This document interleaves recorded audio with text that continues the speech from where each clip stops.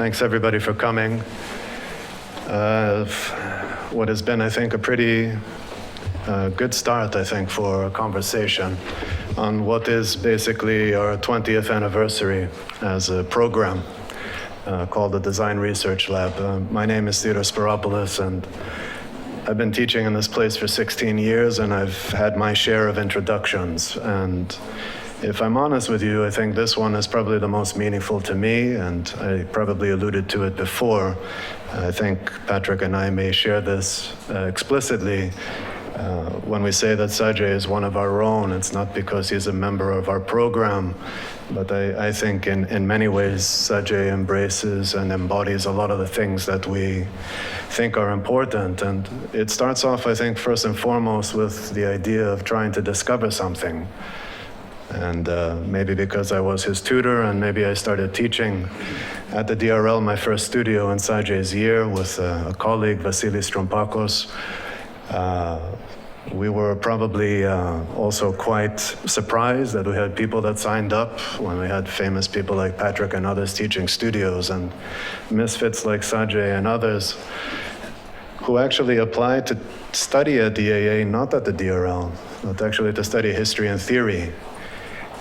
And then discovered, I think, a community and a group of people here, and then actually reassessed his own assumptions about what he wanted in his own education. And that wasn't with a blueprint or a master plan, but that was, I think, really in a spirited way about discovering things.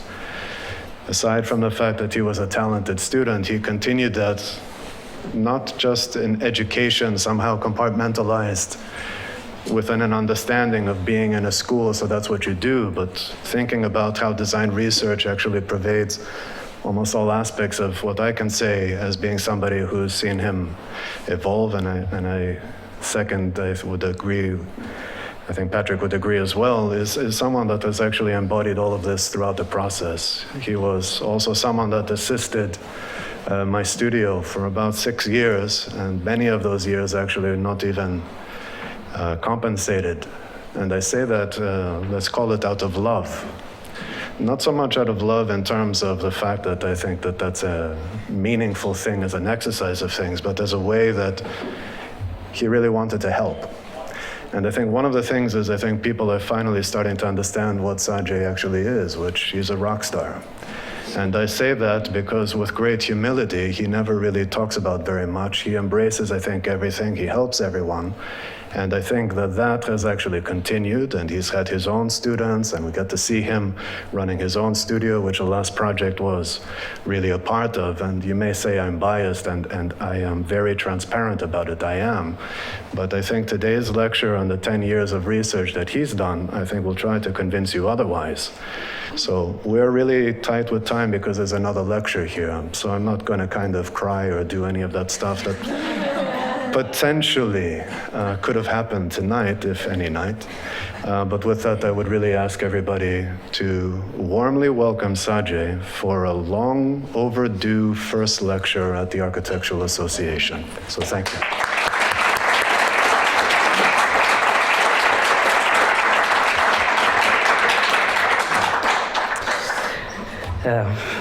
Yeah, thank you, Theo, and thanks everyone for sticking around after a long day.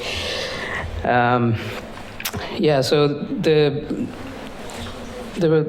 talk is mostly about like a kind of cumulative, collaborative effort like that spans like institutions that I've had the good fortune to be part of, including the AA, and then at Zaha Hadid Architects, and then collaborators and colleagues stemming from that.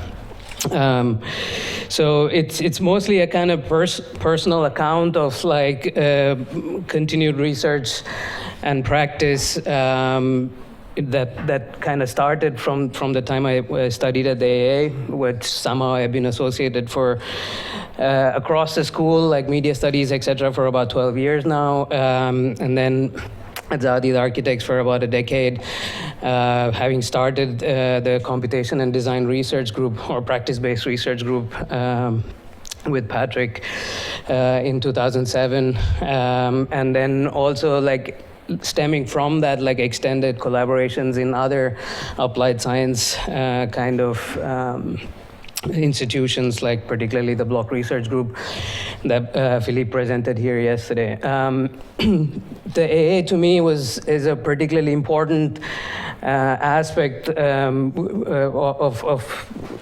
my life in London in a way, because for the first time, like AA was the institution that kind of exposed the idea that, like, to be avant-garde, you don't need to be a one-off hero, but like it's actually like cumulative and collaborative, and it's more immediate and it's pragmatic, that you as a student could actually be part of like cutting edge or the state of the art without and kind of contribute to the progress of the discipline, which was coming from like a kind of a different mode of education, like or a cultural context. Like this was like very revealing for me, and that kind of extended also in like seeing the work that like my colleagues and like prior predecessors were kind of doing in Zaha when I joined in 2007. Like, you know, generations of people would dedicate their life and kind of develop a lot of practice-based research, and like leading to build like seminal buildings like the Maxi, and like then I could also see my own colleagues, classmates, contributing to the design and development of like the next wave of like state-of-the-art design research and also manifestations physically.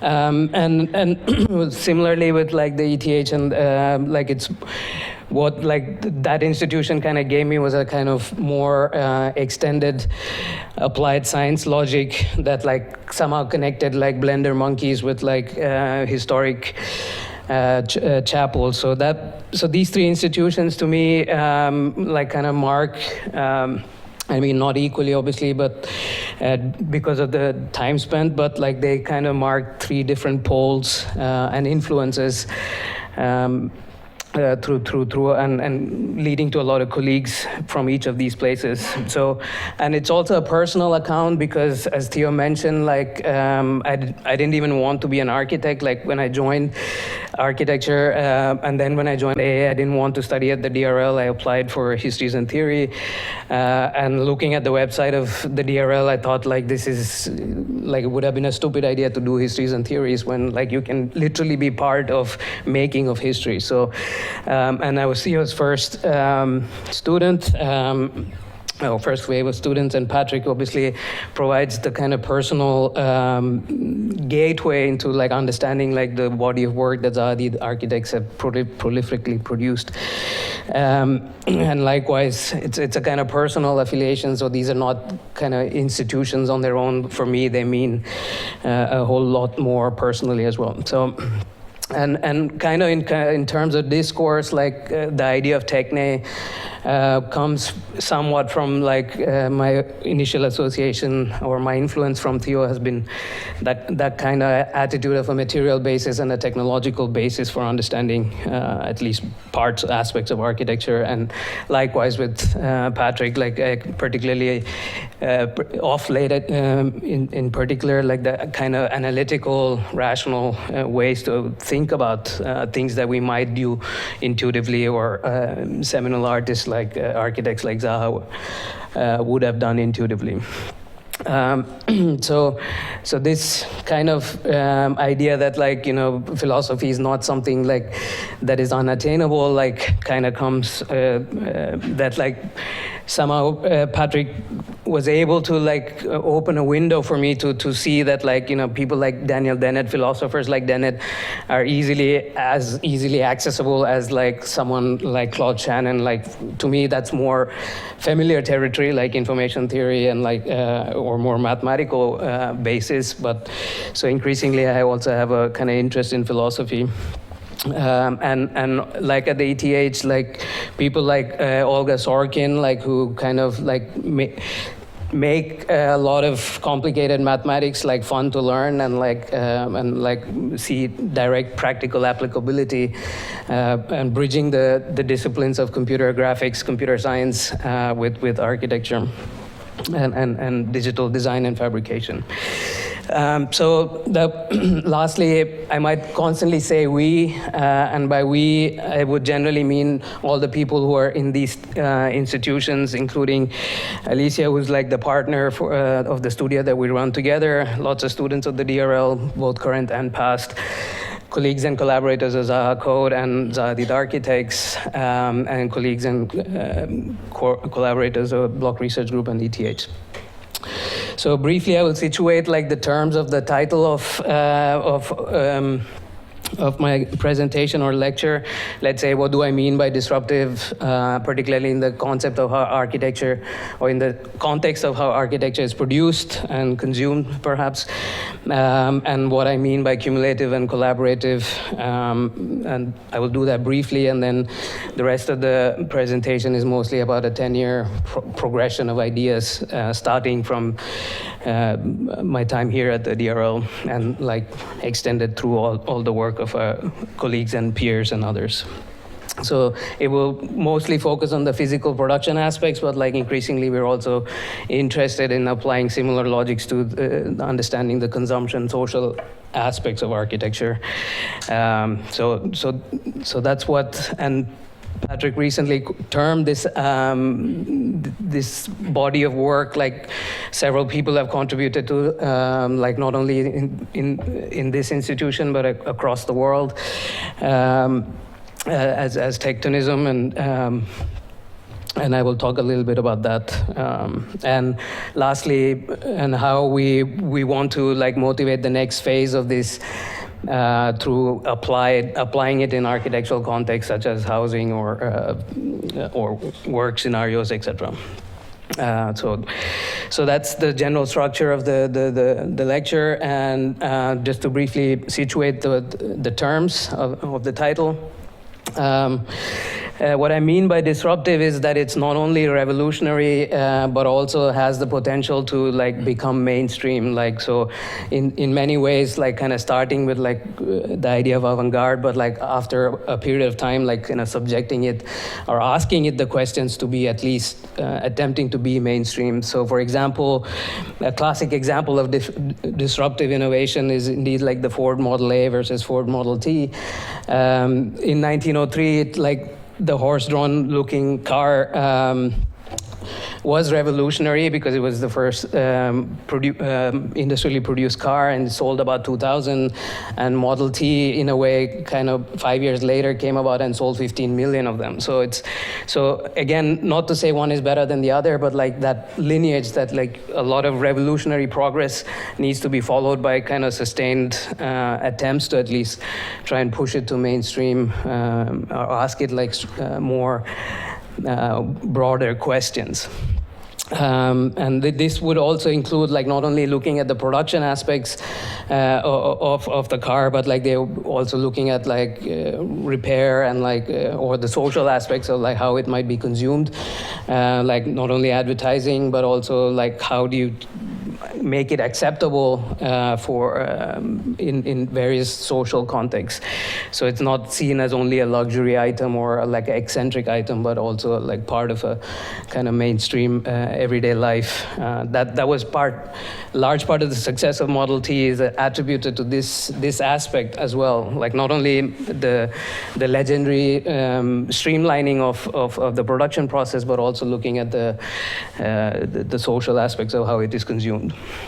And by cumulative and collaborative, I don't mean to be kind of politely inclusive, like I do mean it in a kind of cumulative cultural evolution way, particularly focusing on like technological complexity that evolves iteratively, and also the evolution of large-scale cooperation among cultural cooperation, like to do larger, more complex things. So, and this is again like the lineage of it is like in the idea of like anthropology. Like lots of people have been talking about it for a while.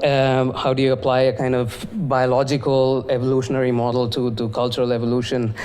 And hipster historians like Yuval Harari have kind of made it more bestseller and more popular in recent times. So that's the kind of general context in which I mean cumulative and collaborative.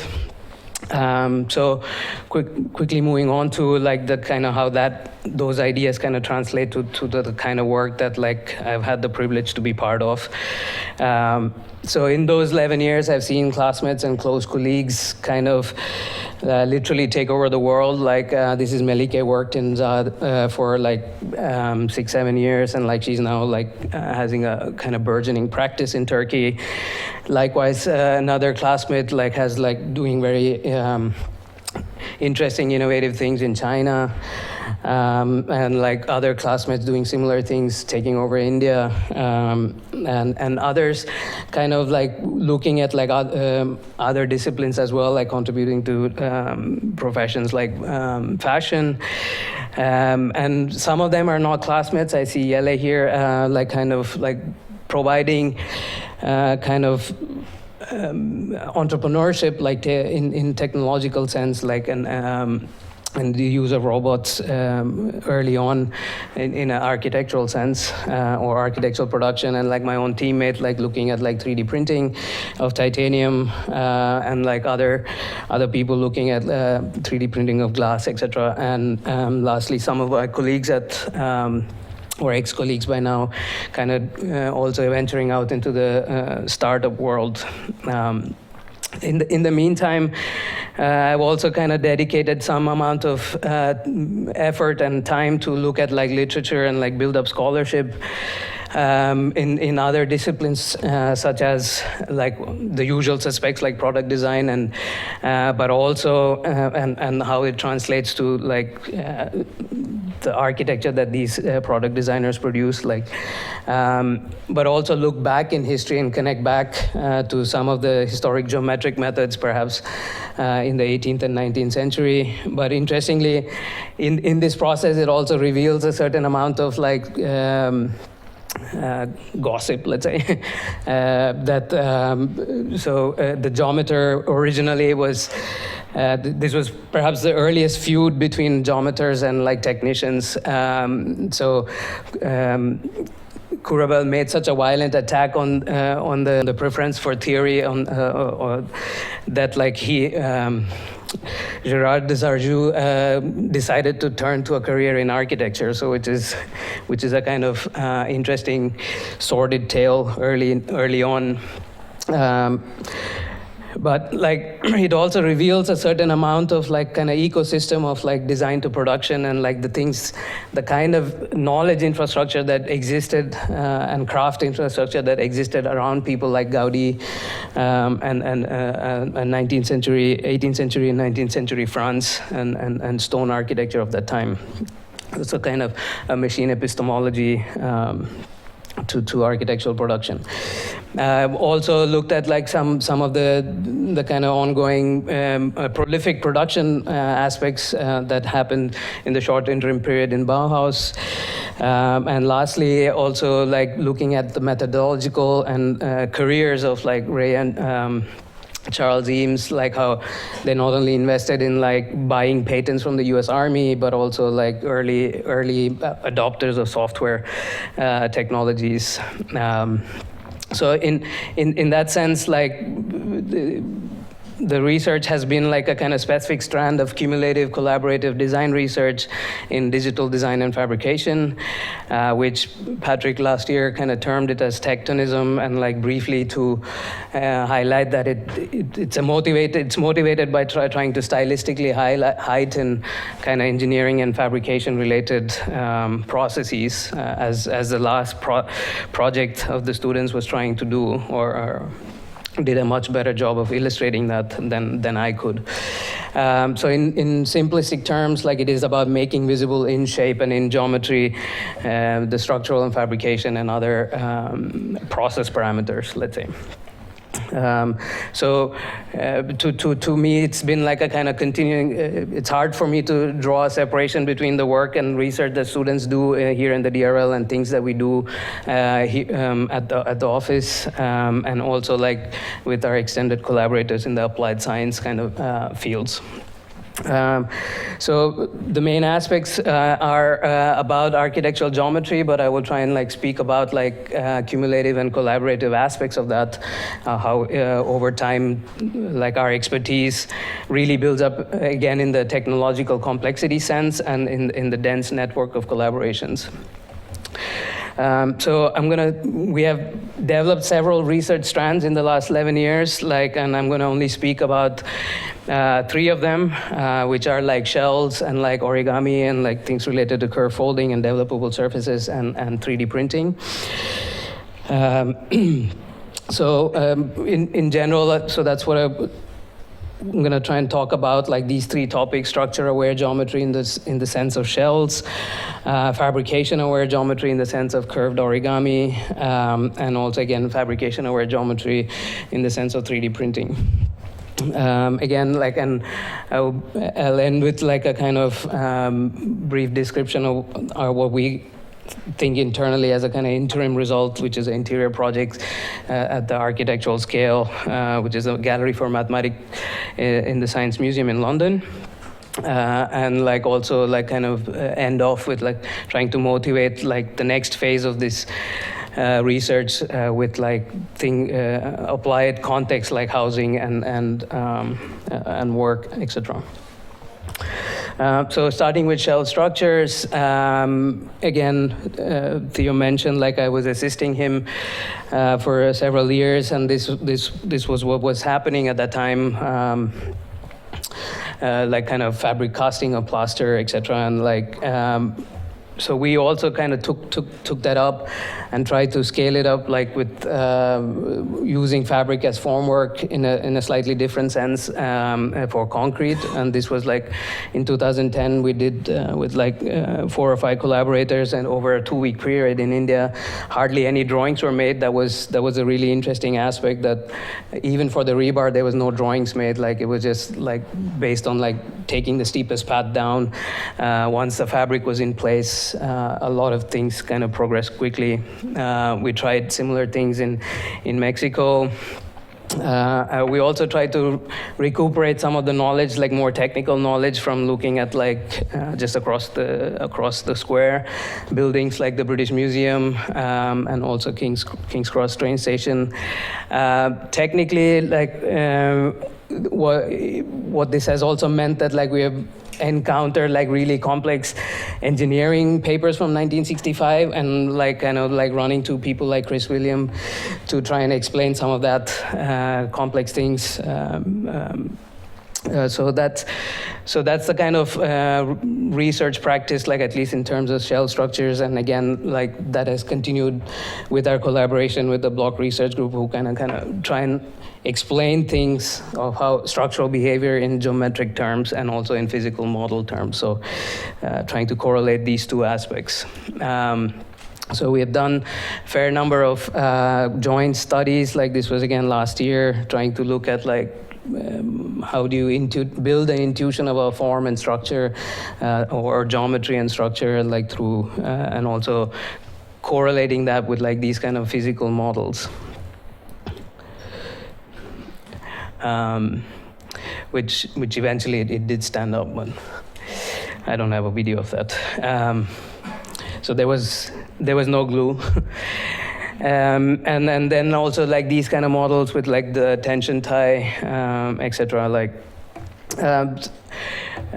so these also kind of contribute to like more design-based studies of formal explorations, and also procedural studies, and like ideas of like different variations, possible parametric variations of the same ideas, and how we could extend and kind of combine like this aesthetic and tectonic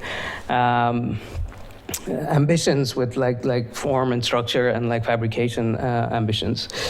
So these are kind of ongoing studies at Zaha, but like we hope to somehow physically see them realize reasonably in the reasonable future. So the second topic, like again, which shows this kind of continuum between DRL and Zaha and like elsewhere, is the topic of curved origami and developable surfaces. Again, the history of it like starts like maybe in like the 15th century, but like the real design history kind of starts in Bauhaus. Like there used to be manuals, and this used to be actually taught like as a course. And also lately been picked up by like mathematicians and artists in MIT and elsewhere.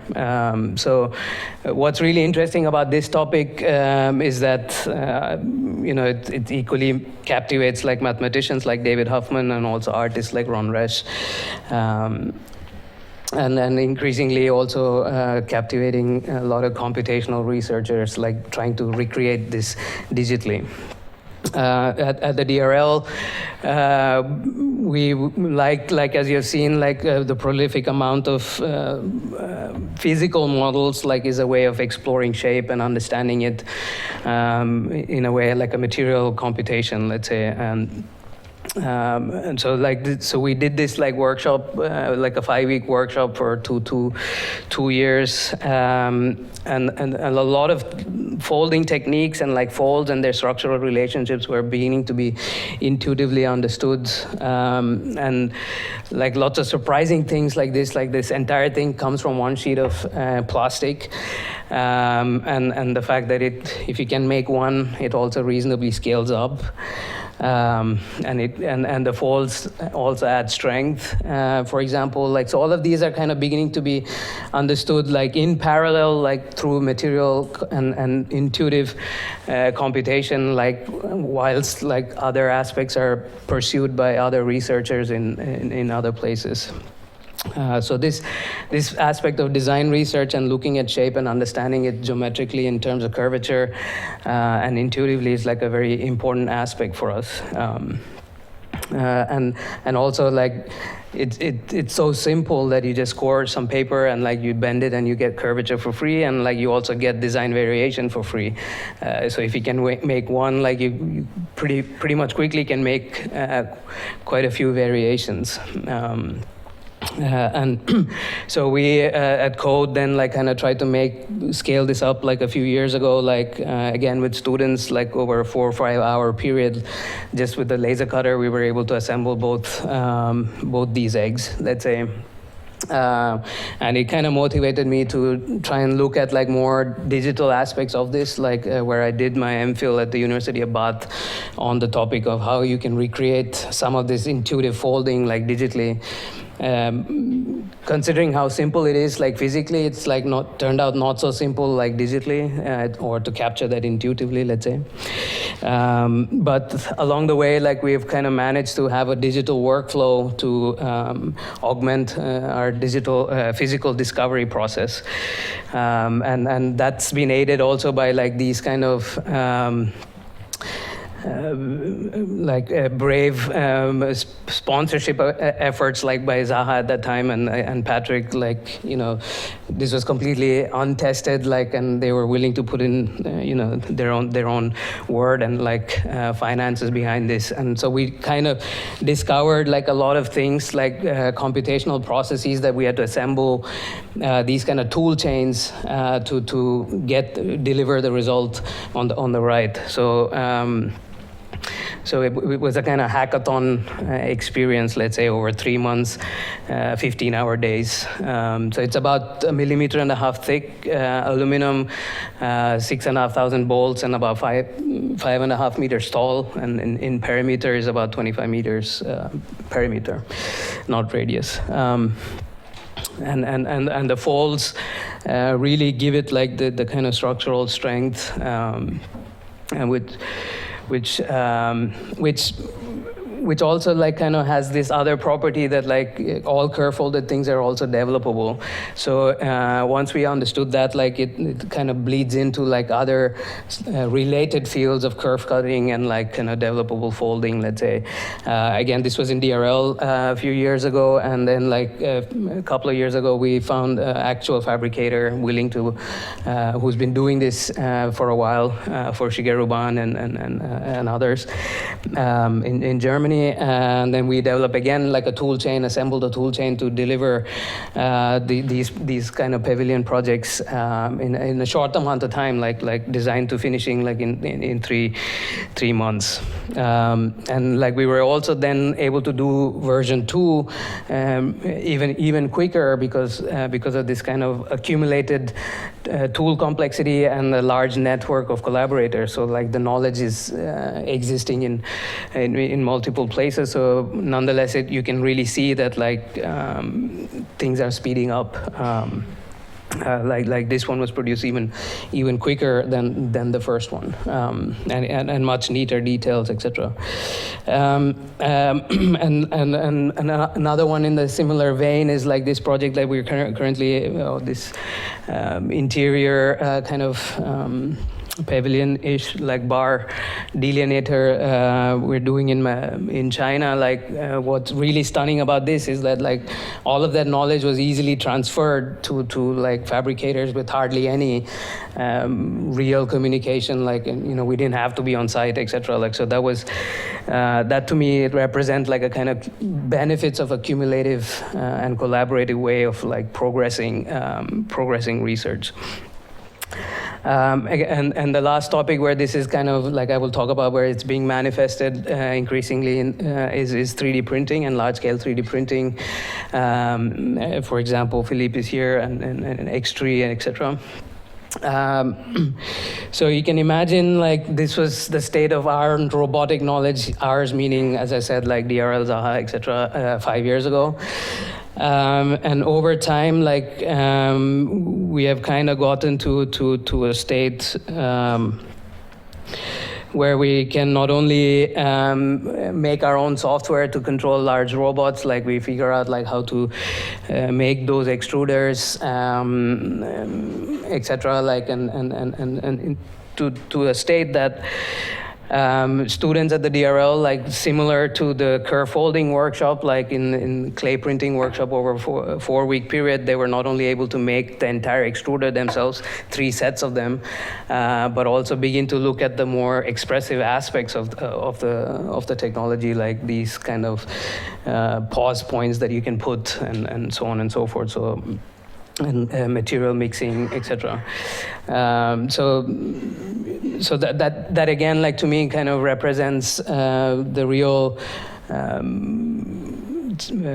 benefits and then also the enjoyable aspects of like kind of cumulative and collaborative way of like researching and developing not only production research but also design research. So this was one of the teams, but there were 3 teams, and each of the teams were able to do this in a very short amount of time, which I think is a remarkable achievement for a course that is always strapped for resources. We at Code have been trying to kind of augment this kind of physical ways of learning with like kind of digital tools, trying to predict when things might collapse. Using some rigid body physics, and also like as part of my PhD at the Block Research Group, I'm trying to extend this, incorporate all of these knowledge, tacit knowledge into like more mathematical ways to represent that and capture that in more, let's say, physical science way. In any case, like the main intuition comes from like design research. I think like the idea was to take everything that has been done in unreinforced masonry, design techniques and production techniques from unreinforced masonry and try and apply it to 3D printing, like by like literally scaling down rigid body physics to like micro block physics, and adding a few material properties. But the design intuition is indeed about balancing rigid body balancing bricks like Jenga, let's say. So this is very early, let's say, outcomes of like that research. Like I just started my PhD last year, even though I've been associated with the group for 6 years or so. So. And then these are like some of the early prints that we're that are coming out as a consequence. So in general, the point I would like to make here is that like across all these research or illustration examples, like the status quo or the knowledge is currently is at this scale, like lots and lots of pavilions, even increased sophistications, and beginning to become or inching closer towards having like a real architectural application in the sense of like people, in the sense that it is permanent and in the sense that people occupy it, and in the sense that it is consumed. So I do feel that like there is reason to believe and like to be optimistic that like the next phase is indeed like it is turning the corner, considering that like not only in Europe but also in Asia and in the US there's increased amounts of funding and research in these topics of like the production topics. And so if that is the status quo in research and in research institutions, like, and we think that architecturally speaking, this is the status quo in terms of or current state of affairs in terms of actual application in practice. This 1,000 square meter gallery in the heart of London, which has to be permanent in the sense that it has to last 25 years. And I will talk about three aspects which kind of reflect this cumulative mode of practice. First one is the fabric structure themselves, which again, a lot has been studied about minimal surfaces, both mathematically and as physical basis. But for me, it was like a kind of internal like reference to DRL, my colleagues. I don't know if Elif is here. It was her, my classmates, it was her project and her team's project, like to look at these surfaces early on 10 years ago, how to model them, like kind of using Mathematica, etc. And in the same year, there were like other classmates of mine like trying to recreate those geometries in a more manually modeled way using subdivision surface and mesh modeling techniques, let's say. And so by the time we kind of came to do the project in 2016 for the Maths Gallery, like we had accumulated in the network like all of this knowledge, like both mathematical, physical ways to make fabric things, and manual ways to articulate shapes. So these were literally all the design iterations that we went through. Like there were about 25 of those shapes considered before, like considering further rationalizing or adding further expression to like the seam layouts and how the boundaries might be curved and so on and so forth, and what spatial effect it might have, etc. We were also, as I was saying, like there was that knowledge of seaming and tailoring in the network of people, both at code and outside.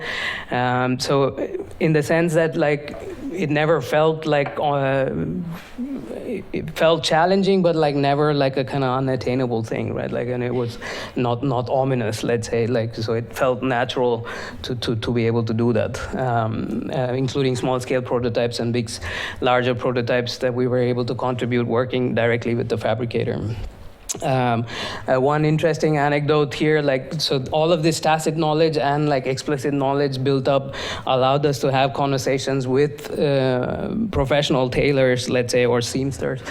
So the image on the bottom, like this is what they said that we would have to live with, but all our prior experience did tell us that at least we can get something like that, and the final result was something in between, but nonetheless, like, so that level of negotiation at that kind of tectonic expression, like, I think is one of the outcomes of this kind of collaborative way of doing things, and where the knowledge is dispersed across.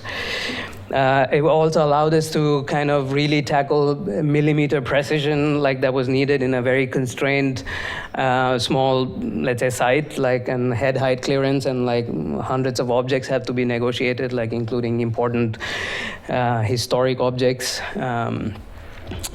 originals, let's say. So, and that was all possible because of that kind of extended period of research. across several people. And another aspect that reflects this are these concrete benches. Alicia met like Asbjorn like several years ago, like 6-7 years ago, by accident, and like since then like we kind of know them and their robots like somewhat more intimately. And over time, like we have also kind of imbued like some of the knowledge that Odico robotic formworks have internal to their company, and like try to assimilate that into our design processes and thinking about these benches. So there were 16 unique benches. It also incorporates some of the historic knowledge of stereotomy and stone cutting, etc. Like and these were again quite exquisitely made. And even though they're benches, some of them are 4 meters long, and they could easily be columns. And in the way they're made and kind of assembled, let's say it's not monocoque, like so it was very efficient. Like all of them were assembled on site, like in a matter of hours, prefabricated in Denmark, coordinated with like contractors in the UK, etc. These aspects kind of reflect we were also able to make these hoardings like one afternoon because of the parametric ways of like everything being designed. Graphics is a natural outcome. What I would like to say is that like that's the current status quo of like this entire collaborative design research in digital design and fabrication. Like for example, exemplified by this effort of ours in 2010, we decided like just on a whim to say like, can we make formwork out of cable, like making our own circles, like stitching them together, and like the intention was to kind of clad it with concrete, but we never had the time. But like it was like about 2,500 circles assembled over a week of manual labor. But like it was very easy to stretch it across like large spans like of this hall, let's say. This was in China. And in 2017, like it is reaching stages like this is a video by Block Research Group, where that kind of design idea has already been kind of flushed out, but like nonetheless, a lot of the engineering aspects have to take their own time, right? Like, and this was like some parts of these shells are only 5 centimeters thick, or maybe 3. I don't know. I'm not very sure, but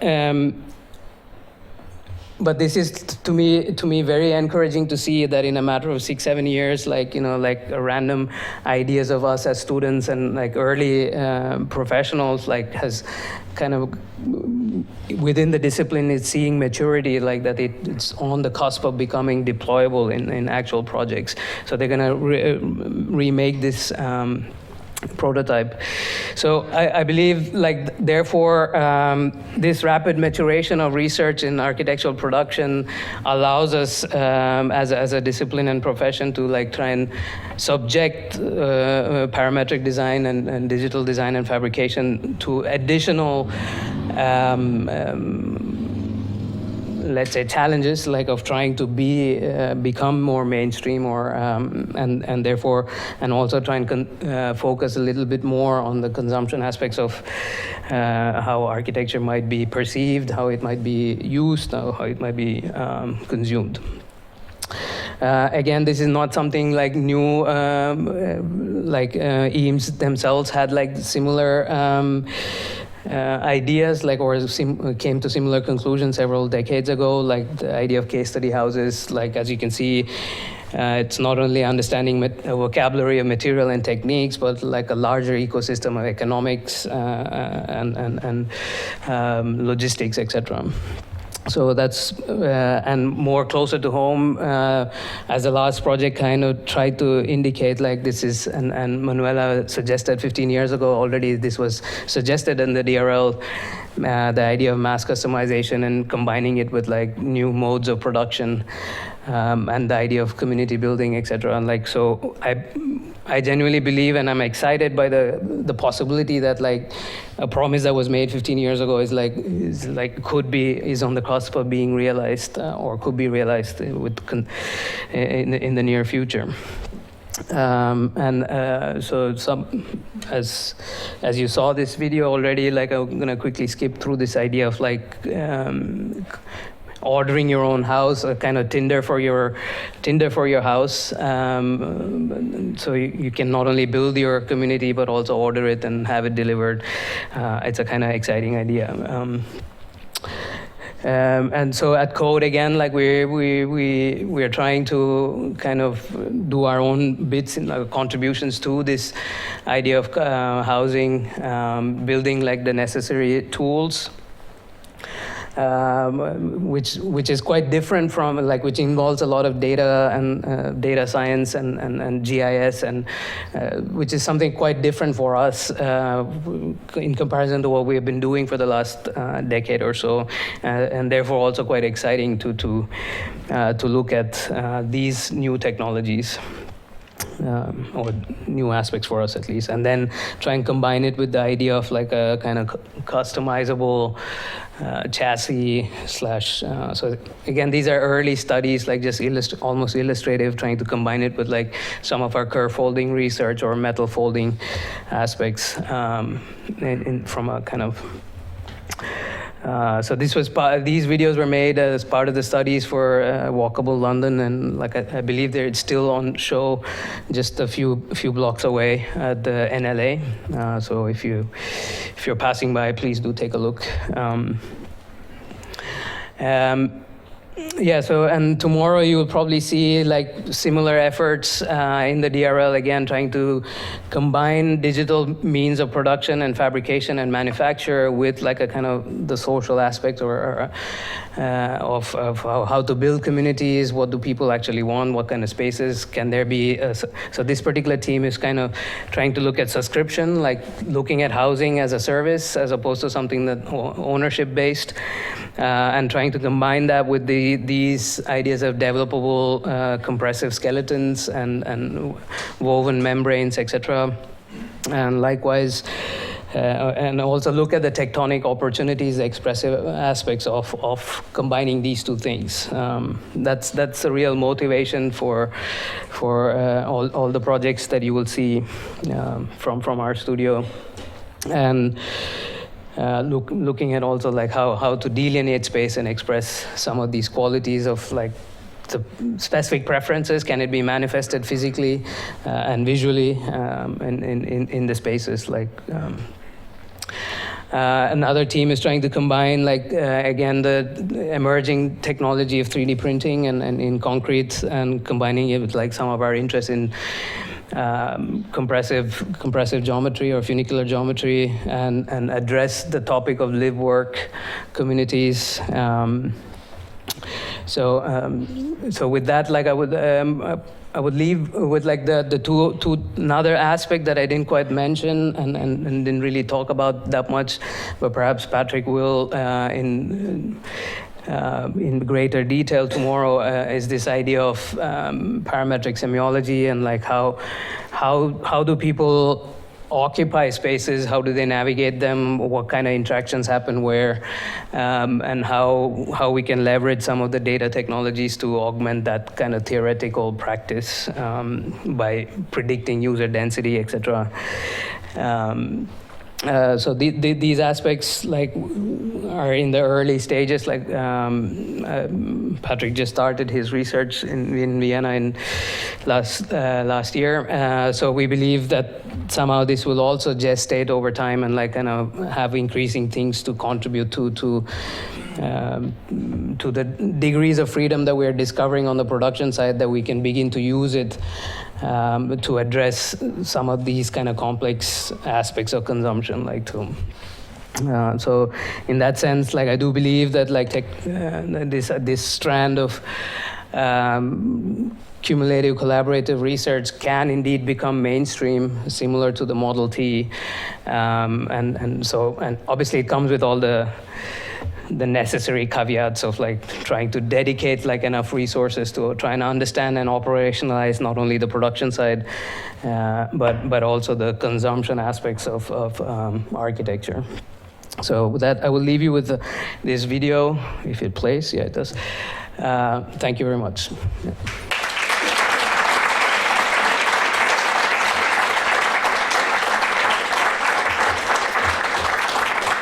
and I'm happy to take questions.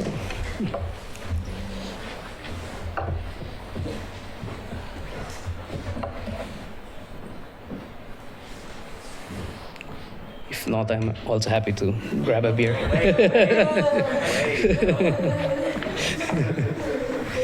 You stay until somebody comes up.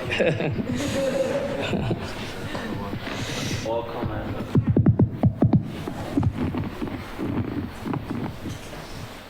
I would encourage you to ask him a question.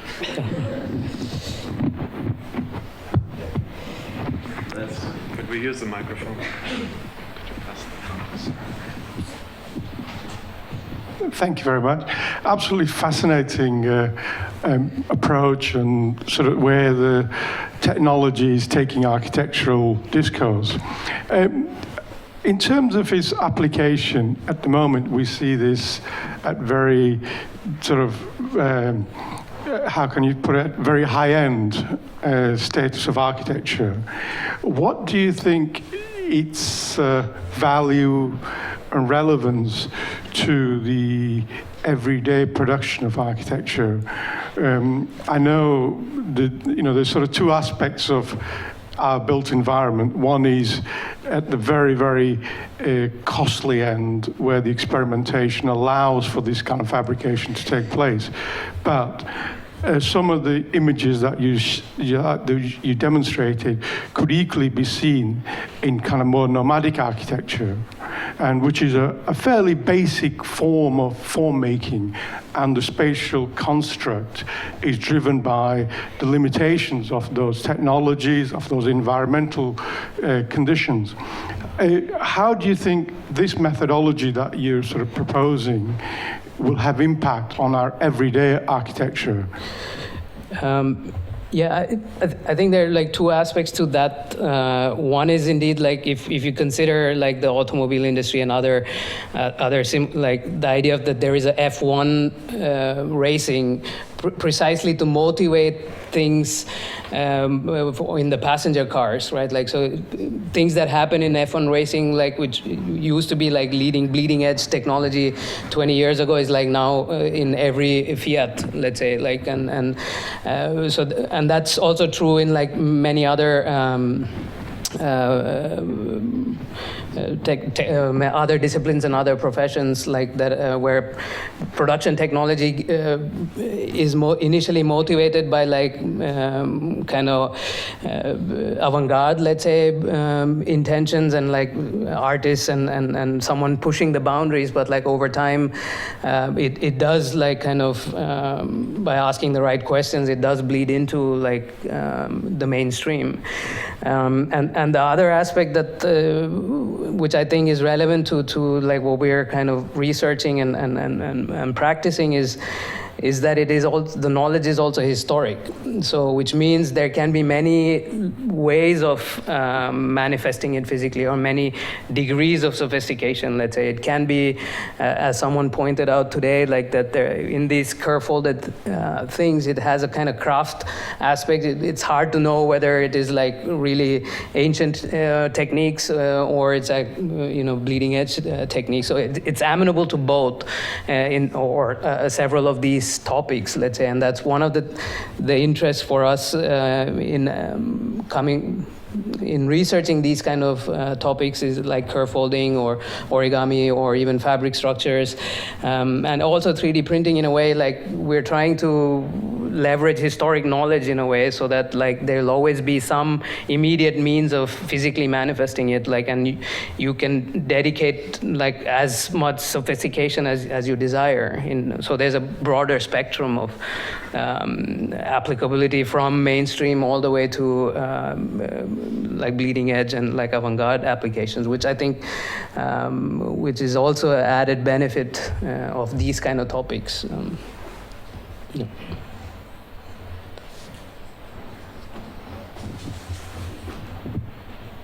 Any other questions?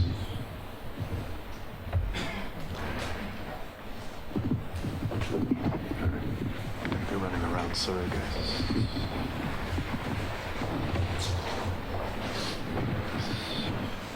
Okay, Shajay, thank you for your presentation. I have 3 questions. Wow. But they're all Very precise. and they're all related, I think. The first one is, what do you think is the current state of of computation in an overall view and also in architecture? What do you think it will be the future of it? And also, what is your opinion on how architects should engage with it? At what level, like at a mathematical level, at the technical level?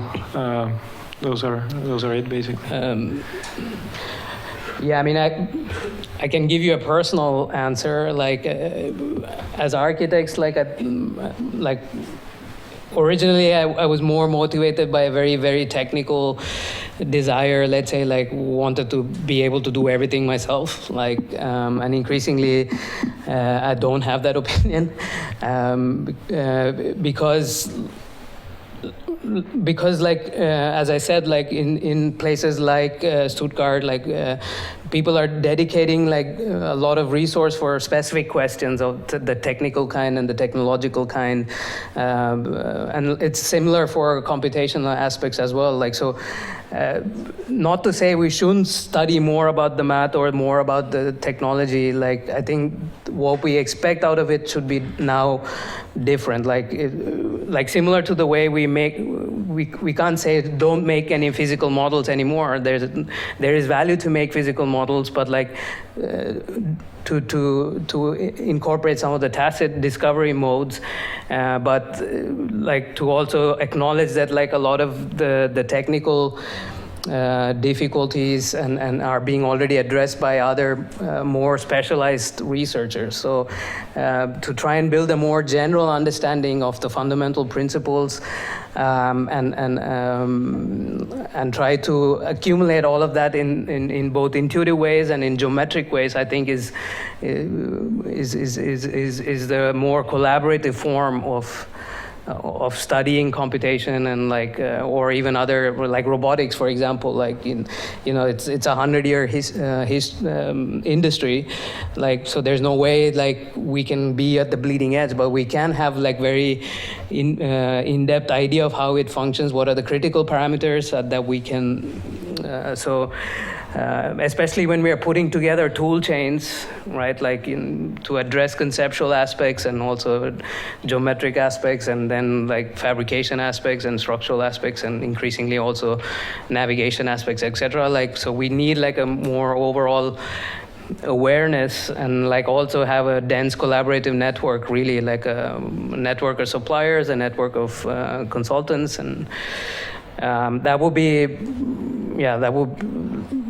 that's what I think right now is the state. Like, it is like just in the time since that I've graduated, like the field has like rapidly evolved, like to the point that there are like several research groups across the world like doing specialist things. Like so design research is key. Like, I think that creatively thinking about these, how to use these technologies in an architectural sense, like in a spatial sense, and as Theo would call it, like generate creative capital. That would be like that's what I would think we should do.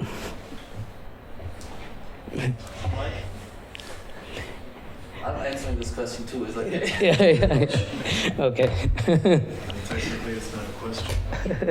Well, I understood it as a question. So I think to pick up, first of all, wonderful lecture, beautiful review and overview. It makes me feel good about myself also. And about the whole DRL and the collaborative network you're talking about, it's very, very pertinent. But I think in terms of the stage we're at, and I think I agree with you, we should now be in the position to pull the research from the consumption side and be shifting into what I call emphasizing social functionality. And I like your phrase of consumption versus production. Production includes fabrication engineering and the technical realization. And we are the first we're called in by the entrepreneurs, by the clients, by society, to deliver and imagine worlds. But of course, we can do that. We can pull only if you have a clue what can be drawn out, what is the capacity, what the potentials. And I think there's also have been our role recently in the last 20 years in particular, since computation has been entering the world, that the engineers weren't so ready, that the clients are certainly not yet ready, and many others. So we've become kind of proto-computational software engineers, dilettantes, but drawing real computer sciences in our wake. But the same with the engineering. We are proto-engineers, and we have to kind of show in our dilettante way ways and then start collaborating. But then I think we're more and more should, of course, then hand over to those experts, which are now broad online and can do better. And we are just orchestrating and pull them along. I think that's, the dialectic. And there's a shift when you go into a paradigm which matures. And these are cycles of innovation of whole civilizations, in fact. So we're living in a new civilization which is gendered by the microelectronic revolution or the coincidence of computation and, let's say, telecommunication, a new paradigm. And I think we have to think of it in decades, in careers, but also in realizing when the next steps can be made, should be made, and architectural research, universities and schools and the disciplines is a very precious resource. And I see these institutions and places evolving in precisely in the way you've done this, and that's the way I think we're now on the cusp of.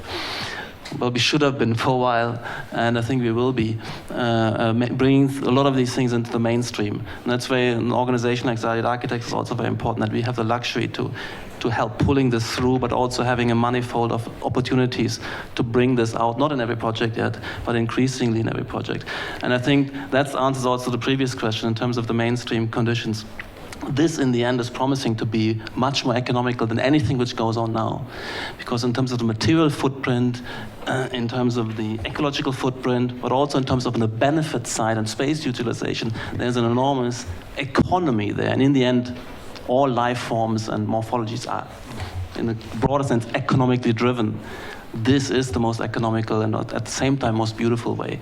It's a light-footed, empowered, and free life which we can contribute to. And so that will answer this question. Otherwise, the distinction between avant-garde and mainstream, we privilege the avant-garde, of course, that's the excitement, but it is only going to be, in retrospect, having been an avant-garde if it had actually fulfilled its dream into mainstream. So, yeah. We should be seeing, I like the phrase you bring to us, consumption production. So we're pulling from the consumption side and delivering. And it's a good phrase because it overcomes a lot of the anti-capitalist bias we also have to face up. That's a different conversation. We're going to leave it there because there's a lecture that's been programmed to be in this space in 10 minutes from now. But with that, just to encourage people, if they can, more than welcome to join us tomorrow for round 2. And concluding tomorrow, I will have to try to follow up this act. So thank Shajay and everybody for joining us, and we'll see you tomorrow.